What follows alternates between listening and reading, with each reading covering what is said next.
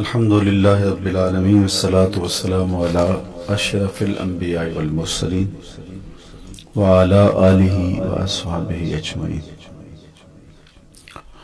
قال الله تعالى وتبارك في القرآن المجيد والفرقان الحميد. بسم الله الرحمن الرحيم. لا أقسم بهذا البلد وأنت حل بهذا البلد ووالد وما ولد لقد خلقنا الإنسان في كبد. صدق الله مولانا العظيم وصدق رسوله النبي الكريم الرؤوف الرحيم. اللهم نور قلوبنا بالقرآن وزين أخلاقنا بالقرآن وأدخلنا الجنة بالقرآن ونجنا من النار بالقرآن. قال الله تعالى وتبارك في شان حبيبه مخبرا وآمرا إن الله وملائكته يصلون على النبي يا أيها الذين آمنوا صلوا عليه وسلموا تسليما. اللهم صل على سيدنا ومولانا محمد معدن الجود والكرم صلاة وسلاما عليك يا سيدي يا رسول اللہ. میں نے آپ کے سامنے قرآن مجید کے جو کلمات تلاوت کیے ان میں اسی حقیقت کو بیان کیا گیا. لا اقسم بهذا البلد، آغاز ہوا شہر مکہ کی قسم سے. قسم ہے مجھے اس شہر کی، پھر وجہ قسم بھی بیان کی. وانت حل بهذا البلد، مجھے شہر کی قسم اس لیے کہ محبوب اس شہر میں تو جو بستا ہے، تیرا بسیرا ہے شہر میں. اس شہر کی گلیوں نے تیرے قدم چومے ہیں اور تیرے انفاس کی مہک اس کی فضاؤں میں بسی ہے، اس لیے مجھے قسم کہ یہاں تم رہتے ہو. اللہ اکبر. علماء کے مابین اس بات پر اختلاف ہے کہ مکہ المکرمہ افضل ہے یا مدینہ النبی صلی اللہ علیہ وآلہ وسلم افضل ہے. ایک علمی اختلاف ہے. بعض نے کہا مکہ المکرمہ افضل ہے، دلائل دیے، بڑا وزن ہے دلائل میں. بعض نے کہا مدینہ تو رسول صلی اللہ علیہ وآلہ وسلم افضل ہے، دلائل دیے، بڑا زور ہے دلائل میں. لیکن شیخ عبدالحق محدث دہلوی علیہ رحمہ اسی آیت سے روشنی لے کر کے لکھتے ہیں کہ جب حضور مکے میں تھے تو مکہ افضل تھا، جب مدینے آ گئے تو مدینہ افضل ہو گیا. جدھر جدھر سے وہ گزرتے گئے مجد و شرف بھی پیچھے پیچھے رہا. چند لمحوں کے لیے ٹھہرے تھے تم جس پیڑ کے نیچے. نشور وحدی کا لہجہ دیکھیے کتنا دل آویز ہے. چند لمحوں کے لیے ٹھہرے تھے تم جس پیڑ کے نیچے، سنا ہے آج تک اس پیڑ کا سایہ مہکتا ہے. تو مکے میں ہیں تو مکہ افضل، مدینے میں ہیں تو مدینہ افضل. تو شرف ان کے وجود مسعود سے ہے. وہ جدھر جدھر سے گزرتے جائیں گے وہاں وہاں ہی نور پھیلتا چلا جائے گا. اور پیر نصیر الدین علیہ رحمہ کا لہجہ یہاں کتنا خوبصورت دکھائی دیتا ہے. ایک بار وہ جدھر سے گزرے ہیں نصیر، ایک بار وہ جدھر سے گزرے ہیں نصیر، بار بار ادھر سے بہار گزری ہے. تو کہا کہ قسم ہے مجھے اس شہر کی، یعنی شہر مکہ کی. کیوں شہر کی قسم؟ وَأَنْتَ حِلٌّ بِهَذَا الْبَلَدِ، کہ محبوب اس شہر میں تمہارا قیام ہے، اس شہر میں تمہاری رہائش ہے، تمہارے انفاس کی مہک ہے اس شہر کی فضاؤں میں، اور تمہارے قدموں کو چھوا ہے اس شہر کی گلیوں نے، اس لیے قسم کہ یہاں آپ رہتے ہو. وَوَالِدٍ وَمَا وَلَدٍ، اور قسم ہے باپ کی، اور قسم ہے جو اس کی اولاد ہے. والد سے مراد کیا ہے اور ما ولد سے مراد کیا ہے؟ تو اس کے بارے میں ایک قول یہ ہے کہ والد سے مراد حضرت ابراہیم علیہ السلام ہے، اور ما ولد سے مراد حضور علیہ السلام جو ان کے فرزند ہیں. ایک قول کے والد سے مراد حضرت آدم علیہ السلام ہیں، اور ما ولد سے مراد ان کی ساری ذریت اور نسل ہے. تیسرا قول کہ والد سے مراد حضور علیہ السلام ہیں، اور ما ولد سے مراد حضور علیہ السلام کی ساری امت، حضور علیہ السلام کی ساری آل اطرت، حضور کے اصحاب. لیکن علماء نے پہلے قول کو ترجیح دی کہ مکہ المکرمہ کی قسم کی گئی تو پھر مناسبت بنتی ہے کہ حضرت ابراہیم کا ذکر بھی ہو. تو اس لیے والد سے مراد حضرت ابراہیم ہیں، اور ما ولد سے مراد حضور علیہ الصلوۃ والسلام کی ذات ستودہ صفات ہے۔ تو تین چیزیں ہوئیں جن کی قسم کی گئی۔ سب سے پہلے شہر مکہ کی قسم کی گئی، پھر حضرت ابراہیم علیہ السلام کی قسم کی گئی، اس کے بعد حضور علیہ الصلوۃ والسلام کے مبارک وجود کی قسم کی گئی۔ تین قسمیں کر کے کہا کیا گیا، چونکہ جو خالی ذہن شخص ہو، جب اس کو کوئی بات بیان کی جائے تو قسم سے آغاز نہیں کیا جاتا۔ متردد الذہن کو کوئی بات کرنی ہو تو قسم سے آغاز کیا جاتا ہے، یا پھر آپ جس مضمون کو بیان کرنے جا رہے ہیں وہ اتنا اہم ہے کہ اس کی اہمیت کو اجاگر کرنے کے لیے آپ کو قسم کرنا پڑتی ہے۔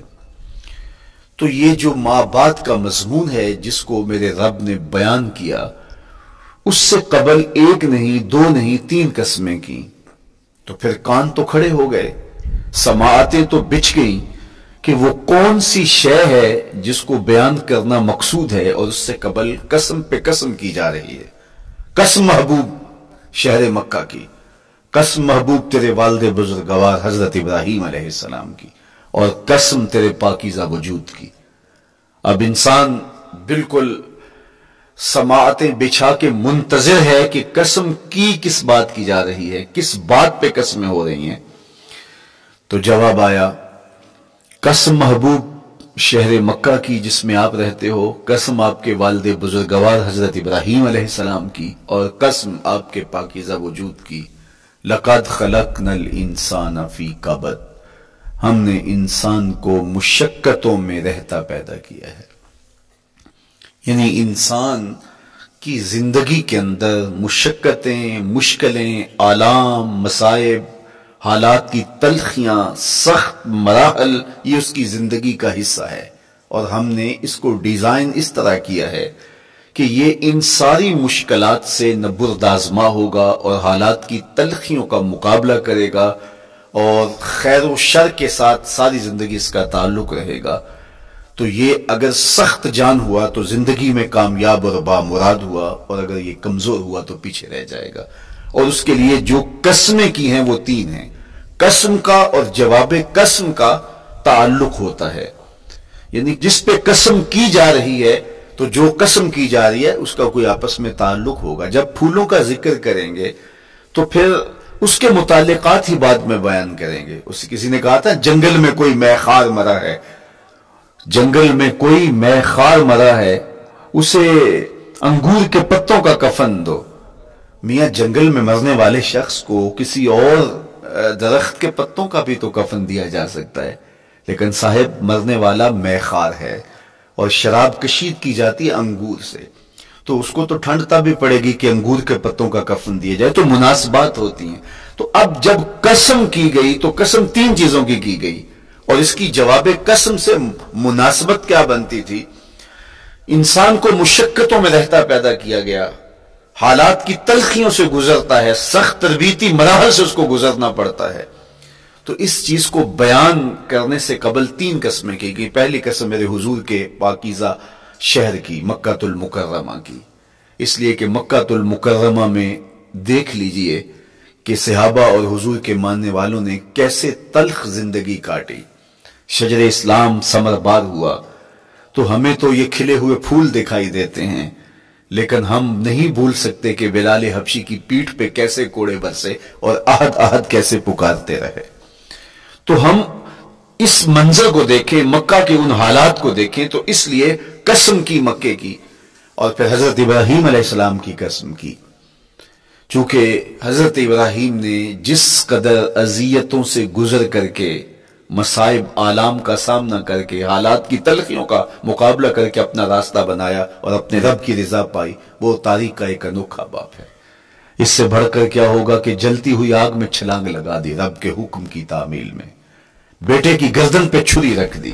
یہ تماشا لب بام نہیں تھا، منا کی وادی میں وہ انوکھا واقعہ رقم ہوا کہ آج بھی تاریخ انگشت بدندہ ہے کیا ایک باپ، اور وہ اس بیٹے کو ذبح کرنے کے لیے آمادہ ہو گیا جو اس کی آنکھوں کا نور ہے اور دل کا قرار ہے، رب سے مانگ مانگ کے لیا، لیکن تعمیل ارشاد میں اس بیٹے کی گردن پہ چھری رکھنے کے لیے باپ تیار ہو جاتا ہے اور اس کو ذبح کرنے کے لیے آمادہ ہو جاتا ہے، حتیٰ کہ بیٹے کو لٹا لیتا ہے اور ہاتھ میں چھری پکڑ کے بیٹے کی گردن پہ رکھ کے پوری ہمت کے ساتھ جب چھری چلاتا ہے تو آواز آتی ہے فلما اسلم وتلہ للجبین ونادیناہ ان یا ابراہیم قد صدقت الرؤیا انا کذالک نجزی المحسنین۔ ابراہیم بس کرو، تم نے واقعی خواب پورا کر دکھایا۔ اپنی بیوی کو، اپنے نو مولود بچے کو وادی غیر ذی زرع میں چھوڑ آنا، جہاں کچھ بھی میسر نہیں تھا، یہاں آپ کو آپ کے ماں باپ چھوڑ کے جاتے ہیں، ایک خوبصورت آسودہ ماحول ہے، اور آپ کو جس مقصد کے لیے چھوڑ کے جا رہے ہیں تو وہ مقصد بھی آپ کے اور ان کے پیش نظر ہے، لیکن اس کے باوجود بھی جو ہے وہ آنکھیں نم ہو جاتی ہوں گی کہ ہم اپنی اولاد کو یہاں چھوڑ کے جا رہے ہیں، جبکہ ایک محفوظ پناہ گاہ میں آپ کو چھوڑ کے گئے۔ آپ کی تربیت کرنے والا ایک جو ہے وہ توانا طبقہ اور ایک توانا جو ہے وہ سٹاف موجود ہے جو آپ کی فکری، ذہنی، بدنی تربیت کے لیے کوشاں ہیں، لیکن اس کے باوجود بھی والدین محسوس کرتے ہیں لیکن اپنے نو مولود بچے کو وہاں چھوڑ کے جانا جہاں آب و دانہ بھی میسر نہیں تھا۔ مورخ اسلام فی جلندری نے اس وادی کا نقشہ کھینچتے ہوئے کہا، وہ وادی جس میں وحشت بھی قدم رکھتی تھی ڈر ڈر کے، جہاں پھرتے تھے آوارہ تھپیڑے بادے سر سر کے، جہاں پر گھاس اگتی تھی، جہاں نہ پھول کھلتے تھے، مگر وہ سرزمیں تھی آسماں بھی جھک کے ملتے تھے۔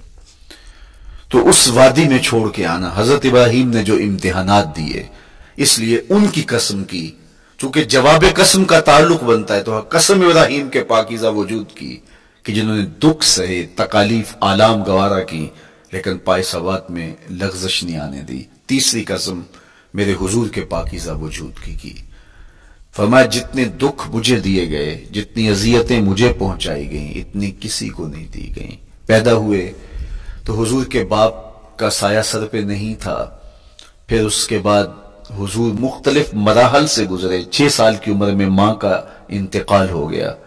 جب راہ حق میں لوگوں کو دعوت رشد و ہدایت دینے نکلے تو جو لوگوں کے رویے تھے اور جو اذیتیں لوگوں نے پہنچائی وہ ایک الگ باب ہے۔ مکے کی گلیوں سے لے کے طائف کے بازاروں تک جن اذیتوں سے میرے حضور گزرے، ام المومنین سیدہ عائشہ رضی اللہ تعالیٰ عنہ فرماتی ہیں، ایک دن حضور کی بارگاہ میں حاضری تھی تو ہم نے عرض کیا حضور کیا احد کے دن سے سخت دن بھی زندگی میں کبھی گزرا ہے؟ صحابہ کی نظر میں اس دن سے سخت دن کبھی زندگی میں نہیں آیا، اس لیے کہ جب 70 صحابہ کی لاشیں پڑی تھیں، حضور کے چچا حضرت امیر حمزہ شہید کر دیے گئے، اور نہ صرف انہیں شہید کیا گیا، ان کا مسئلہ کیا گیا، اعضائے بدنیاں کاٹ دیے گئے، ناک کاٹ لی گئی، زبان کاٹ لی گئی، بدن چیر کے کلیجہ نکالا گیا، اور پھر ان اعضاء کا ہار پرویا گیا، اور ہندا نے گلے میں ڈال کے رقص کیا، آنکھوں میں نیزے چبھوئے گئے۔ تو یہ دردناک دن تھا۔ تو حضور کے سر انور پہ سفید رنگ کی پٹی بندھی تھی اور چشمان رحمت میں آنسو تھے، اور بار بار فرماتے تھے ما فعل امی، میرے چچا کی کہانی سناؤ۔ تو یہ دردناک دن تھا جو صحابہ نے اپنی آنکھوں سے دیکھا۔ تو انہوں نے کہا حضور کیا احد کے دن سے سخت دن بھی کبھی زندگی میں آیا؟ ان کا خیال تھا کہ حضور فرمائیں گے ہاں یہ میرا زندگی کا مشکل ترین اور سخت ترین دن تھا، لیکن حضور نے فرمایا ہاں عائشہ، جب طائف کے بازاروں میں تیری قوم نے مجھے پتھر مارے تو یہ دن احد کے دن سے بھی سخت تھا۔ حضور ان کے 3 سرداروں کے پاس پیغام حق لے کے گئے، لیکن انہوں نے آگے سے جو رویہ اختیار کیا وہ اتنا اذیت ناک تھا۔ حضور نے فرمایا کہ ٹھیک ہے، میں تمہاری خیر خواہی کا جذبہ لے کے تمہارے تک پہنچا ہوں، تم نے میری دعوت کو قبول نہیں کیا، تمہاری مرضی، تمہارا مقصوم، چلو اب یہ بات میرے اور تمہارے درمیان رہنی چاہیے، اس بات کو راز رہنا چاہیے، اہل مکہ تک یہ بات نہ پہنچے۔ انہوں نے کہا ہم کیوں راز رکھیں، بلکہ اوباشوں کے ہاتھ میں پتھر دے دیے، اور حضور جب واپس ہونے لگے تو وہ حضور کے پاؤں پہ سنسنی کر دے۔ حضور اپنا ایک پاؤں اٹھاتے تو دوسرے پاؤں پہ مارتے، شدت درد اور احساس کرب سے حضور بیٹھ جاتے تو ان کے غنڈے دائیں بائیں سے بڑھتے اور کندھوں سے پکڑ کے حضور کو اٹھاتے اور مشق سنگزنی کرتے۔ نالین خون سے بھر گئے، لخت لخت زخمی ہوا، اللہ اکبر۔ کیا دردناک لمحے تھے، کیا تکلیف بری گھڑیاں تھی. تو کہا کہ جب طائف کے بازاروں میں تیری قوم نے مجھے پتھر مارے تو یہ دن احد کے دن سے بھی سخت تھا.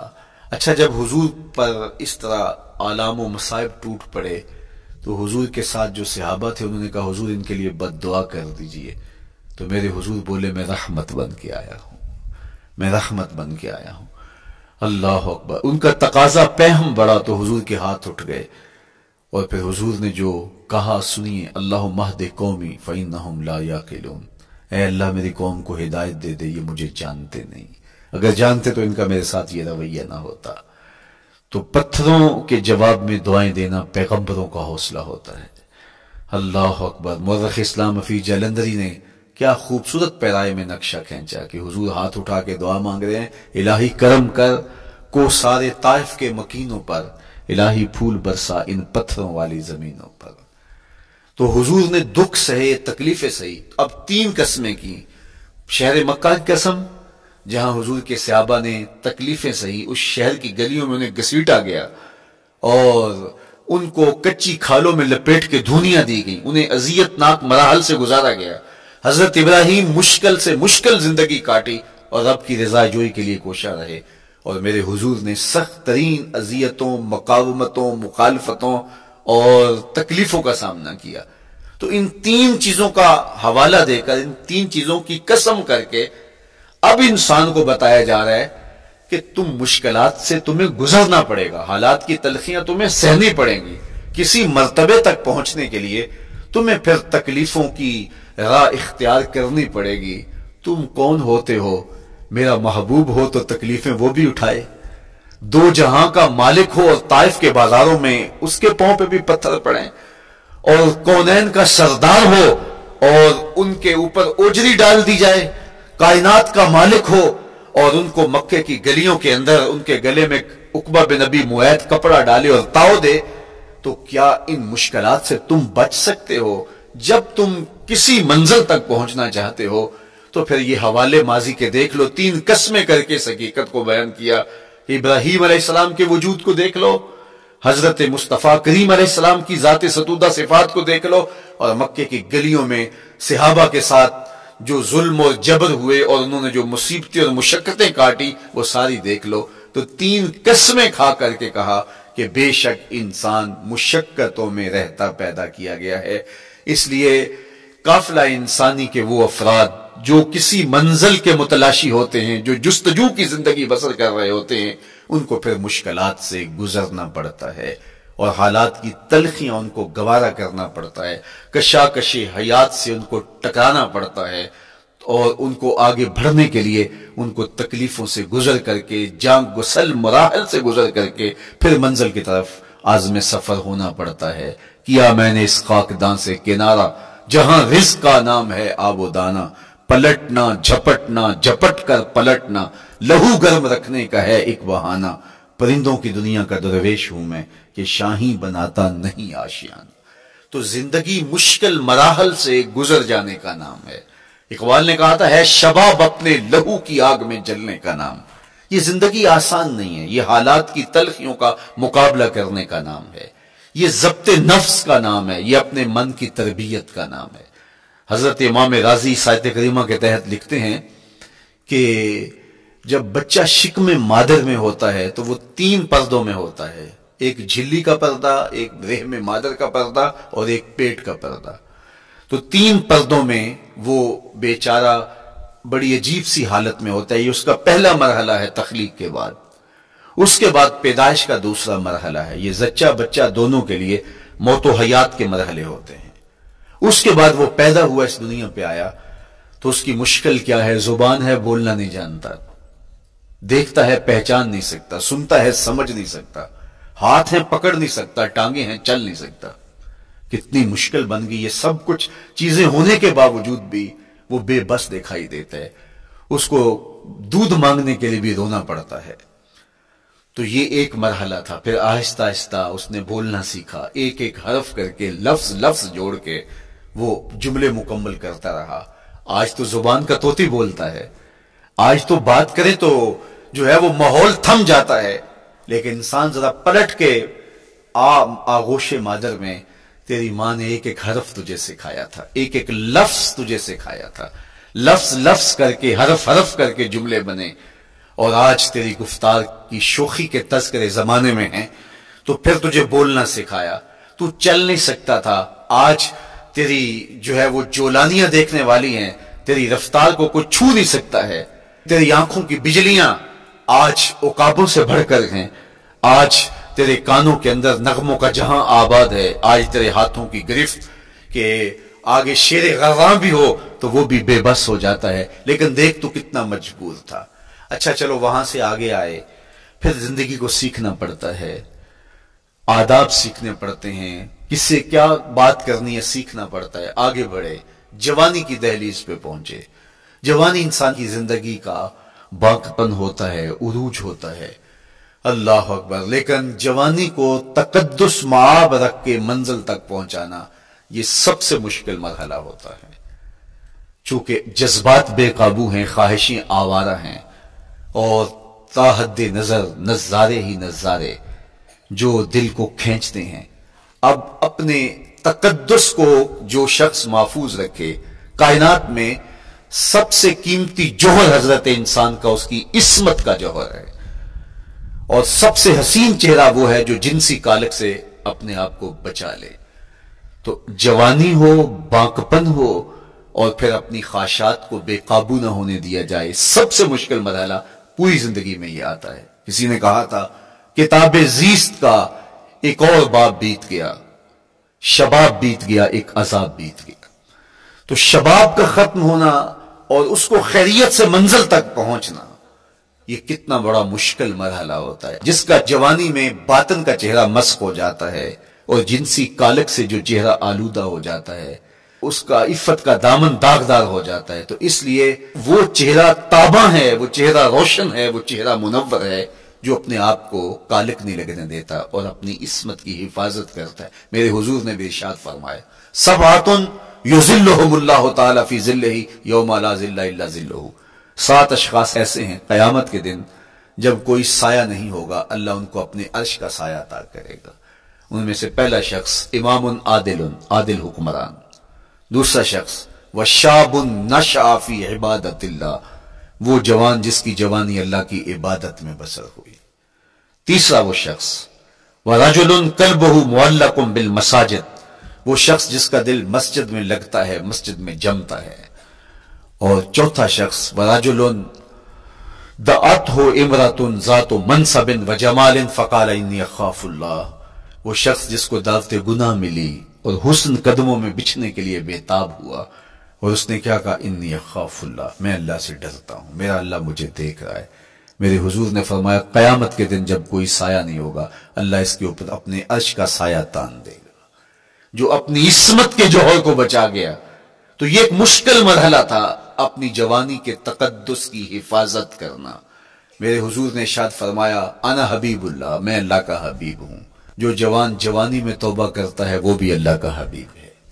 کتنا بڑا اعزاز ہے اور کتنا بڑا کمال ہے جو شخص کو ملتا ہے جو جوانی میں اپنی عصمت کے تقدس کی حفاظت کرتا ہے، اپنی آبرو پہ پہرا دیتا ہے، اپنی نظروں کی حفاظت کرتا ہے، اپنی سوچوں کو آوارہ نہیں ہونے دیتا، اپنے خیالوں کو بھٹکنے نہیں دیتا، اپنی خواہشات کو بے قابو نہیں ہونے دیتا۔ تو یہ مشکل ترین لمحہ تھا۔ اس کے بعد امام راضی کہتے ہیں اب شادی کا مرحلہ ہوا، تو پہلے خود اپنی ذمہ داری تھی، اب کسی کا بوجھ بھی اٹھانا پڑا، یہ اگلی مشکل آ پڑی۔ پھر بچے ہوئے تو پھر اپنی زندگی تو ختم ہو گئی، پھر ساری زندگی، پھر بڑھاپے میں چلے جائیں، ارذل العمر تک چلے جائیں، یہ ساری زندگی مشکلات لقد خلقنا الانسان فی کبد۔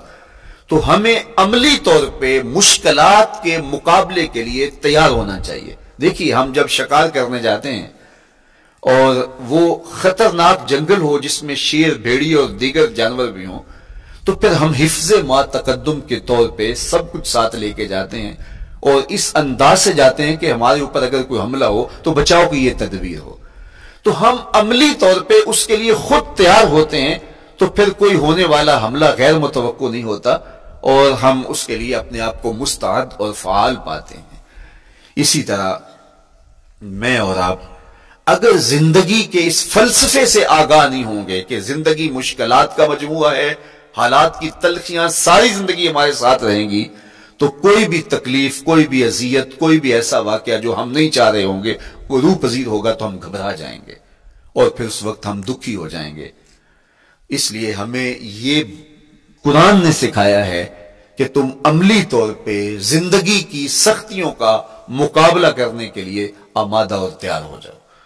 قرآن مجید میں جو صبر کا لفظ ہے اس کا مفہوم یہ ہے کہ حالات کی جو تلخیاں تمہارے اوپر آتی ہیں، وہ غربت بھی ہو سکتی ہے، وہ بیماری بھی ہو سکتی ہے، وہ لوگوں کی عداوت اور دشمنی بھی ہو سکتی ہے، وہ اور بہت ساری چیزیں ہوتی ہیں، وہ جنگوں کی حالت کا بپا ہو جانا اور تمہارا دشمنوں کے نرغے میں گر جانا، یہ سب کچھ ہو سکتا ہے۔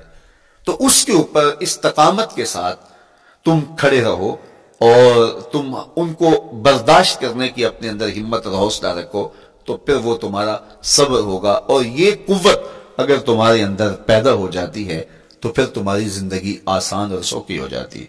لیکن اگر یہ دولت تمہیں نصیب نہیں ہوتی تو پھر ساری زندگی دکھوں اور شکموں سے بھری رہتی۔ اس لیے ہمیں یہ چیز سیکھ لینی چاہیے کہ زندگی نام ہی مشکلات سے نبرد آزما رہنے کا ہے۔ عملی طور پہ ہم دیکھو، ہمیں پتہ ہے سردی آ رہی ہے تو اس کا ہم پہلے انتظام کرتے ہیں، تو سردی ہمیں دکھی نہیں پھر کرتی، ہم سردی سے بھی لطف لیتے ہیں، موسم برسات سے بھی مزہ لیتے ہیں، اور گرمی سے بھی ہم ایک حاص حاصل کر لیتے ہیں اگر ہم اس کو جو ہے اس کے لیے عملی طور پہ اپنے آپ کو تیار کر لیں۔ لیکن اگر ہم اس کے لیے تیاری نہیں کریں گے تو سوائے گھبراہٹ کے اور کچھ نہیں ہوگا۔ تو مجھے اور آپ کو عملاً اپنے آپ کو اس بات کے لیے آمادہ کرنا پڑے گا کہ زندگی ان حالات کی تلخیوں سے ٹکرانے کا نام ہے، اور ساری زندگی ہمیں ان مراحل سے گزرتے رہنا پڑے گا۔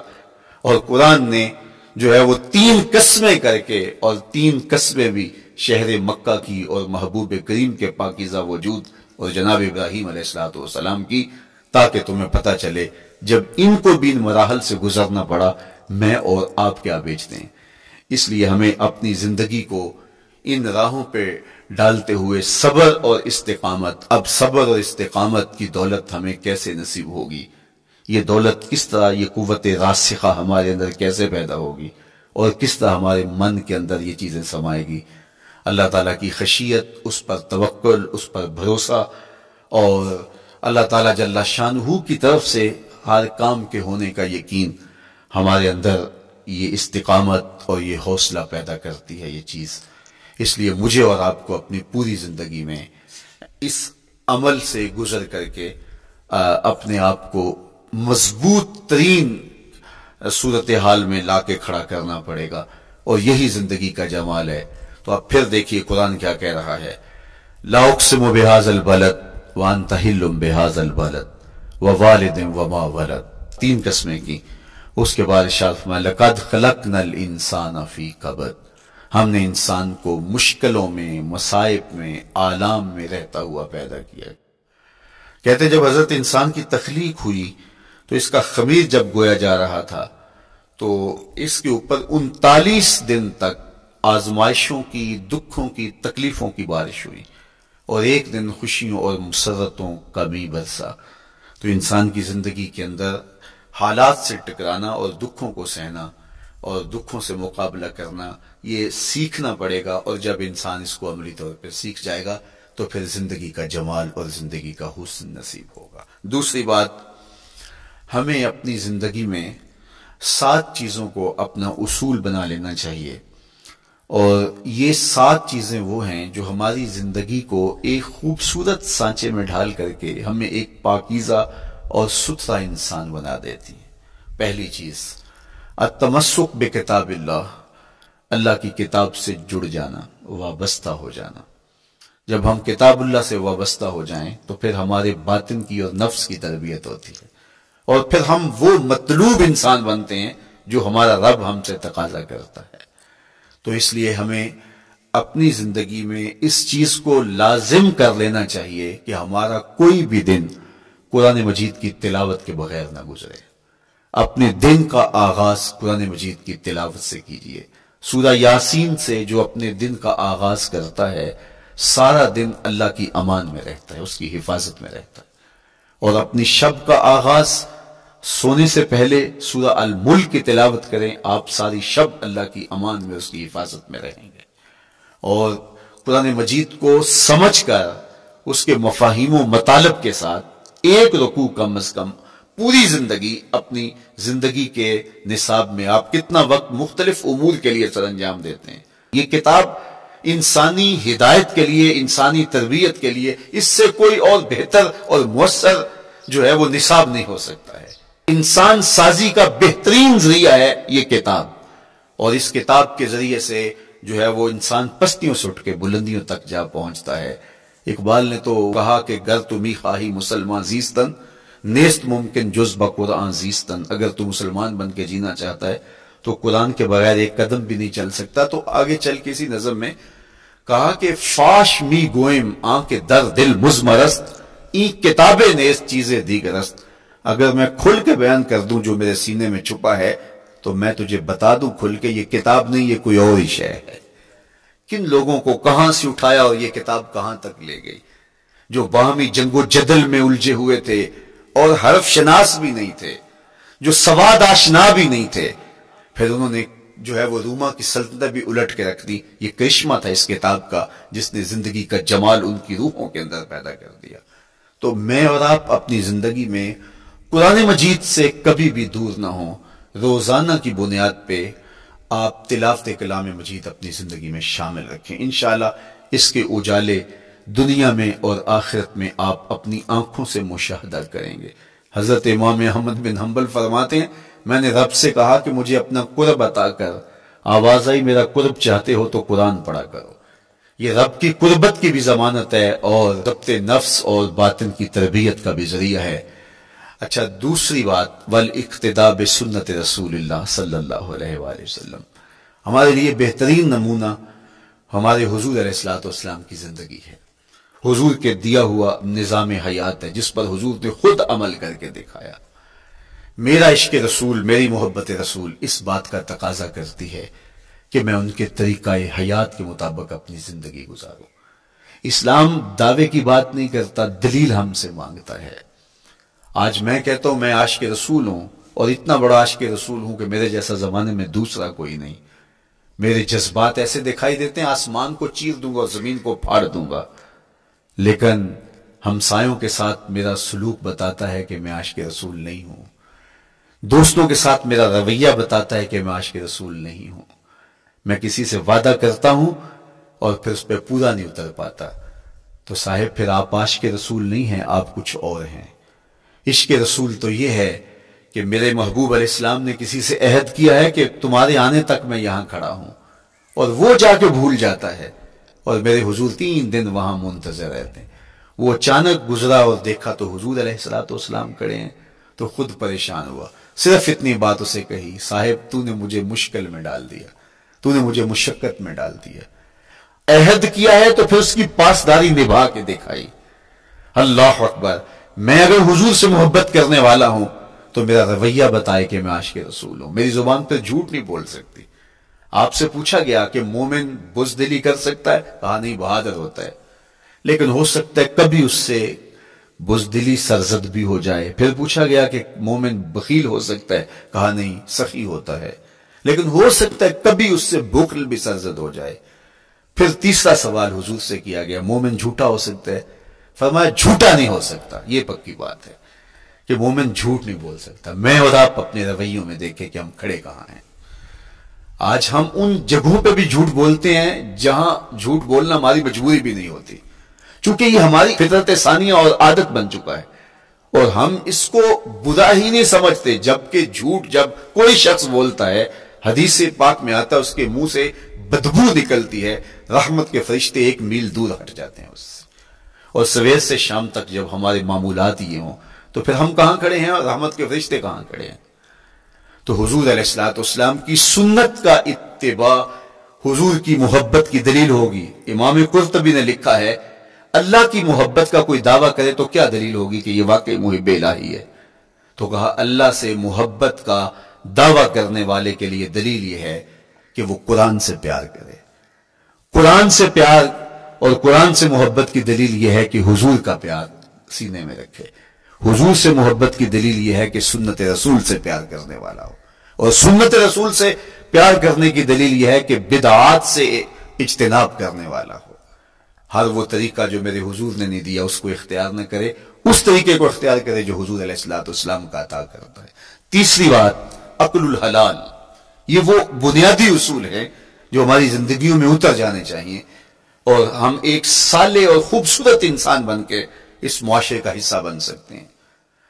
عقل حلال زندگی میں شامل ہو تو زندگی کو جمال نصیب ہوتا ہے, اور باطن اور ظاہر کو طمانینت نصیب ہوتی ہے. اگر رزق پاک نہیں ہے تو آپ کعبے بھی جائیں تو وہاں بھی آپ محروم پلٹیں گے.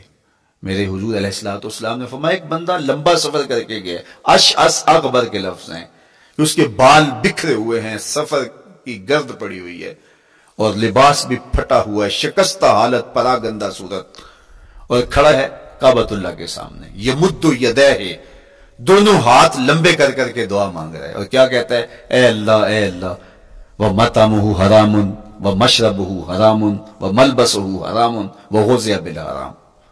فرمایا اس کا کھانا حرام کا ہے, اس کا پینا حرام کا ہے, اس نے جو لباس پہنا ہے وہ حرام کا ہے. میرے حضور فرماتے ہیں بتاؤ اس کی دعا کیسے قبول ہوگی. اب لمبا سفر کاٹ کے حرم کعبہ میں پہنچے, غلاف کو پکڑ پکڑ کے دعائیں کر رہا ہے, لمبے لمبے ہاتھ کر کے دعائیں مانگ رہا ہے, ملتزم سے لپٹا ہوا ہے, حتیم میں سجدہ ریز ہو کے رو رو کے دعائیں مانگ رہا ہے, لیکن دعا قبول نہیں ہوتی. کیوں؟ اس لیے کہ اس کے پیٹ میں لقمہ حرام کا ہے, اس کے بدن پہ لباس حرام کا ہے.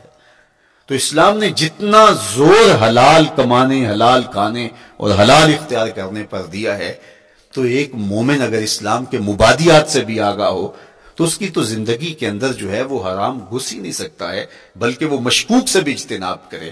چوتھی چیز, کف الاذی. اپنے آپ کو ایسا بناؤ کہ تمہارے وجود سے کسی کو ضرر اور تکلیف نہ پہنچے. ہمارا اسلام تو ہمیں یہ بتاتا ہے کہ تم پیاز یا لہسن کھا کے مسجد میں نہ جاؤ کہ تمہارے منہ سے جو سمیل آتی ہے اس سے کسی کو تکلیف نہ پہنچے. تو یہ اسلام کی دی ہوئی تعلیمات ہیں کہ مسجد میں بھی جانا ہے تو اپنے آپ کو دیکھو کہ تمہاری حالت کیا ہے, تمہاری وجہ سے کسی کو تکلیف نہ پہنچے. تمہارے رویے اتنے خوبصورت ہوں, تمہارے ہمسائے بتائیں کہ یہ واقعی مسلمان ہے. مسلمان کی تعریف کی گئی, المسلم من سلم المسلمون من لسانہ و یدہ. مسلمان کون ہے؟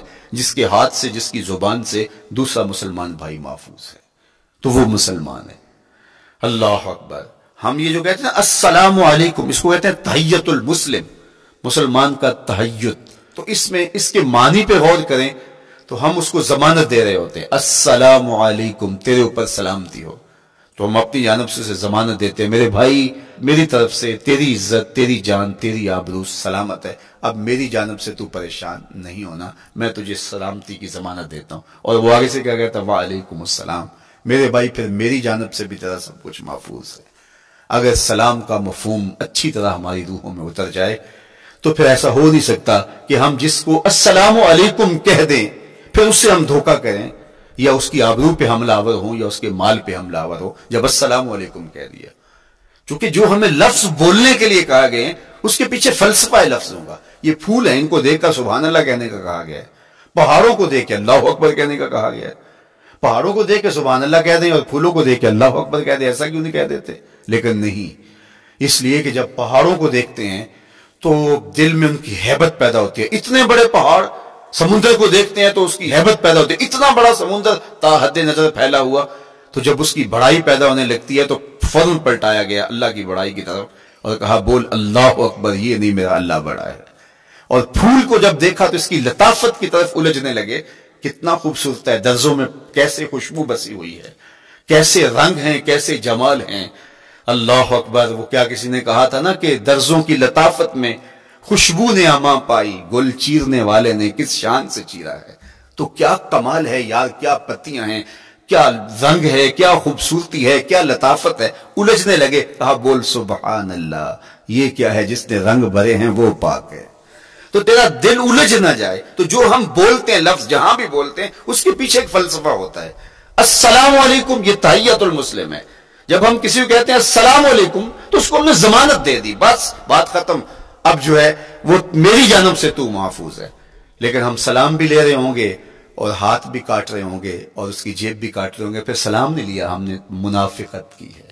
تو کف الاذی چوتھی چیز، اور پانچویں چیز اجتناب المعاصی، گناہوں سے اپنے آپ کو بچا کے رکھنا۔ نیکی کرنا بہت اہم ہے، لیکن نیکی کرنے سے زیادہ اہم اپنے آپ کو گناہوں سے بچانا ہے۔ چونکہ شر کی قوتیں ہمارے ساتھ جڑی ہوئی ہیں، اس لیے اپنے آپ کی حفاظت جب ہم کریں گے تو ہم ایک اچھی صورت میں آگے بڑھیں گے۔ اور چھٹی چیز وہ ہے التوبہ، توبہ تسلسل کے ساتھ کرتے رہیے۔ یہ تصور کہ بڑھاپے میں توبہ کریں گے، یہ تصور کہاں سے آیا؟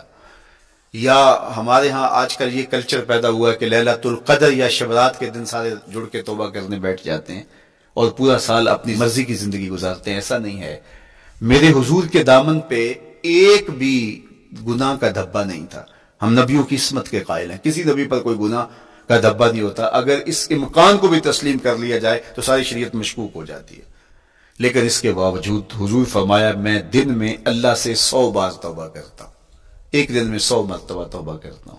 میں اور آپ دیکھیں کہ ہم کیا اس معمول کو اپنی زندگی میں شامل کیے ہوئے ہیں۔ جب انسان توبہ کرتا ہے، جب غسل کر لیتا ہے نا ایک دفعہ، تو پھر وہ بچ بچ کے چلتا ہے کہ کوئی گرد دوبارہ پڑ نہ جائے، اور جب وہ لتھڑا ہوا ہو تو پھر اس کو پرواہ بھی نہیں ہوتی۔ اس لیے ہمیں بار بار غسل کرنے کی، بار بار توبہ کرنے کی تلقین کی گئی ہے، تاکہ ہم پھر نئے گناہوں سے بچتے رہیں گے۔ تو اپنی زندگی میں توبہ کا تسلسل کیجئے، شام سویرے صبح بار بار اللہ سے توبہ کی اور رجوع کیجئے۔ اور آخری چیز ادا الحقوق، حقوق کا ادا کرنا۔ ہمارے ذمے جو حقوق عائد ہوتے ہیں وہ ہمارے والدین کے ہیں، وہ ہمارے بہن بھائیوں کے ہیں، وہ ہمارے دوستوں کے ہیں، ہمسایوں کے ہیں، ہمارے اساتذہ کے ہیں، کلاس فیلوز کے ہیں۔ وہ حقوق حتیٰ کہ جانوروں کے کیوں نہ ہوں، تو ان حقوق کو ہم ادا کرنے والے، دست بردار نہیں ہو سکتے ہم ان حقوق سے۔ یہ مومن کی زندگی ہے، یہ ہمارا نظم حیات ہے، یہ اسلام کا دیا ہوا منشور ہے، یہ طریقہ زندگی ہے کہ ہم ایک ایک کے حق کو ادا کرتے ہوئے اپنی زندگی کو بسر کریں۔ بالخصوص میں طلباء سے مخاطب ہوں کہ یہ عمر تربیتی اعتبار سے سب سے اہم عمر ہے۔ سیدنا علی المرتضیٰ رضی اللہ تعالیٰ عنہ فرماتے ہیں کہ 15 سال سے لے کر کے 20 سال تک کی عمر میں انسان کے نظریات پختہ ہوتے ہیں اور اس کی عادتیں جمتی ہیں۔ یہ دوسرے کہتے ہیں 13 سے 19 سال تک کی عمر، وہ کہتے ہیں یہ بڑی اہمیت کی حامل ہے۔ تو 13 سے 19 سال یا 15 سے 20 سال تک کی عمر، بعض کا تو ہوتا ہے کہ ابھی بچے ہیں، ماں باپ بھی سستی کرتے ہیں کہ ان کو تہجد کا عادی اب کیوں بنائیں، ابھی تو یہ بچے ہیں، ان کو ان چیزوں سے، چھوٹی چھوٹی چیزوں کا عادی اب کیوں بنائیں، جب بڑے ہوں گے، سمجھدار ہوں گے، ذمہ داریوں کا بوجھ آئے گا، سب کچھ کر لیں گے۔ تو پھر اس وقت کرنا مشکل ہوتا ہے، پھر کر نہیں پاتا بندہ۔ تو جو سیکھنا ہے، جو عادتیں پختہ کرنی ہے، وہ اسی زندگی میں ہوتی ہیں۔ تو یہ آپ کا ایک موقع ہے، آپ کا کوئی ایک ماحول فراہم ہوا ہے۔ آپ کے ہمسائے آپ کے کلاس فیلوز ہیں جو آپ کے ساتھ کمرے میں رہ رہے ہیں۔ ہمسائیگی کے حقوق ادا کرنے کا جو انداز ہے وہ یہاں ہی سیکھیے اور اپنے اندر اس کو متحقق کیجیے اور پختہ کیجیے۔ اسی طرح اپنے گفتگو کے لہجوں میں شائستگی، اپنے انداز کے اندر خوبصورتی اور اپنے رویوں کے اندر جمال پیدا کرنے کی کوشش کریں، اپنے آپ کو مؤثر بنائیں، اور شریعت کے بتائے ہوئے اصول اور ضابطوں کے مطابق آپ جب زندگی کے چند دن گزار لیں گے، پھر زندگی گزارنے کا نشہ آنے لگ جائے گا۔ چونکہ جب ہم اپنی خواہش کی زندگی گزارتے ہیں تو پھر ہم خود بے چین اور مضطرب ہوتے ہیں، اس لیے کہ ہمیں اس طرح زندگی گزارنی چاہیے جس طرح ہمارے رب نے ہمیں بتایا ہے۔ آپ کوئی بھی مشین خریدتے ہیں، کوئی بھی چیز لیتے ہیں تو اس کے ساتھ چھوٹی سی بک دیتے ہیں، آپ کو اس کا طریقہ استعمال بتاتے ہیں کہ اس کو یوں استعمال کرو گے تو دیر پا اس کے فوائد حاصل کرو گے۔ اگر یہ مائک ہم اس طرح استعمال نہیں کرتے، اپنی خواہش سے استعمال کریں گے، تو پھر نتیجہ کیا ہوگا کہ تھوڑے دنوں کے بعد جو ہے وہ خرابی کی طرف سلسلہ چلے گا۔ اس طرح یہ وجود جس پاکیزہ ذات نے بنایا ہے، اس نے ہمیں بتایا ہے کہ اس کو استعمال کیسے کرنا ہے اور اس زندگی کو کیسے گزارنا ہے۔ اور پھر انسان کو ایک ماڈل اور نمونہ بھی چاہیے، تو تو کہا نمونہ دیکھنا ہے تو محمد عربی کی ذات دیکھ لو، ادھر دیکھتے جاؤ اور زندگی گزارتے جاؤ، دیکھنا تمہاری زندگی کتنی خوبصورت اور کتنی پروقار گزرتی ہے۔ اللہ آپ کو دنیا آخرت کی برکتیں دے، اپنی پناہوں اور اپنی امان اور اپنی حفاظتوں کا حصار دے، اور آنے والا کل اللہ بہتر فرمائے، میرے وطن کی خیر کرے، میرے ملک کو امن کے اجالے دے، یہاں دہشت گردی کے سلگتے الاؤ ٹھنڈے کر کے امن کی بہاریں پیدا کر دے۔ کی محمد سے وفا تو نے تو ہم تیرے ہیں، یہ جہاں چیز ہے کیا لوح و قلم تیرے ہیں۔ وآخر دعوانا ان الحمدللہ۔